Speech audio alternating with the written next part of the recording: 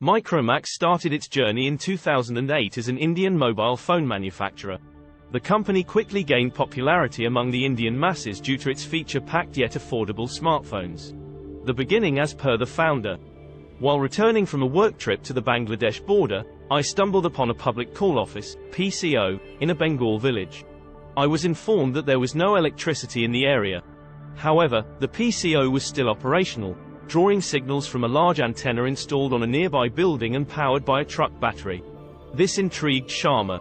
How did the village charge a battery with no electricity supply? I talked to a man who claimed that he earns 3,000 rupees by driving a battery every night to a village 11 kilometers away, charging it overnight, and bringing it back to our village before daybreak. I realized that communication is crucial, and the distinct challenges in India's hinterland could be transformed into opportunities. At that time, my cook was using 3 SIM cards.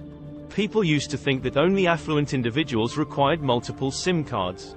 When I inquired about it, he revealed that he used one for local communication, the second to contact his relatives in his hometown, and he kept the third one because incoming calls were free, and he didn't want to discard it. As a result of this, Micromax decided to launch dual SIM phones that utilized a single band to reduce costs. The company's similar experiences prompted him to develop and introduce other unique features, such as budget-friendly Swarovski crystal-encrusted phones designed exclusively for girls, and Bluetooth-enabled phones. Indian smartphone companies disrupted the market with customer-oriented, affordable, and new products. Micromax revolutionized the market with touchscreen handsets with dual SIM availability.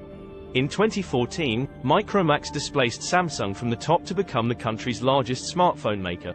Micromax and other Indian brands followed the strategy of outsourcing mobiles from China, rebranding, and selling them in the Indian market for huge profits.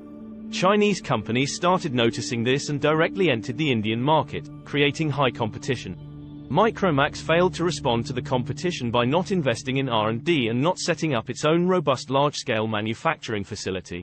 Tensions within the management arose which pushed many senior members to quit the company. Micromax had an array of 40 mobile phones that solely relied on 2G 3G technology, which became a problem when Reliance Jio 4G was introduced. Reliance Jio offered customers 4G data for free, and people quickly realized the advantages of faster internet. The shift towards 4G was a problem for Micromax as their 3G handsets could not support the newer technology. Consequently, customers only purchased handsets that could run on 4G networks. Similar to their delayed response to Chinese companies, Micromax was also late to recognize the shift from 3G to 4G. Unfortunately, by the time they acknowledged the situation, they had already accumulated a significant inventory of 3G phones. They found huge inventory piled in their warehouses which forced them to stop making the handsets altogether. Poor after-service led customers to lose the love and respect they once had for the Indian company. The company's fortunes peaked in 2014 when it was the second-largest smartphone manufacturer in India.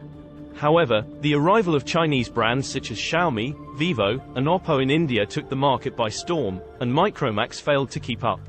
The Chinese brands offered smartphones with better features at lower prices, which resulted in a significant decline in Micromax's market share.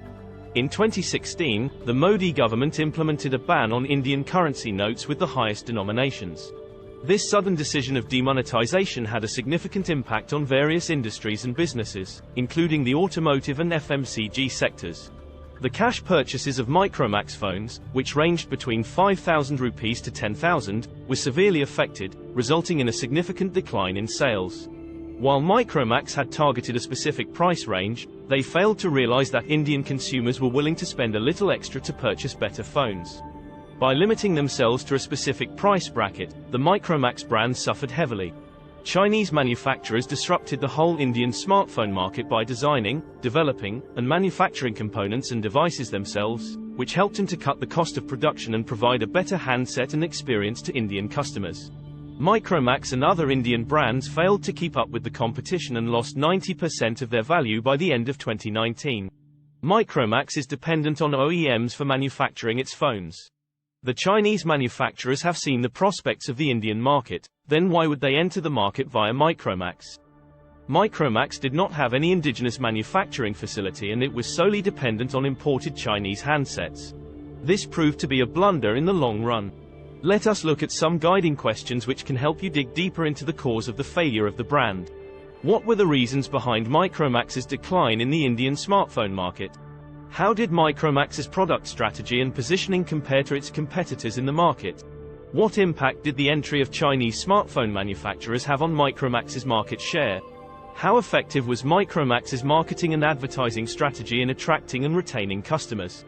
What could Micromax have done differently to prevent its decline in the Indian smartphone market? Can Micromax make a comeback in the Indian smartphone market? And if so, what steps must it take to succeed? If you found this content valuable, please consider liking, sharing, or commenting. I wish you a great day ahead. See you soon on the Indian Business School channel.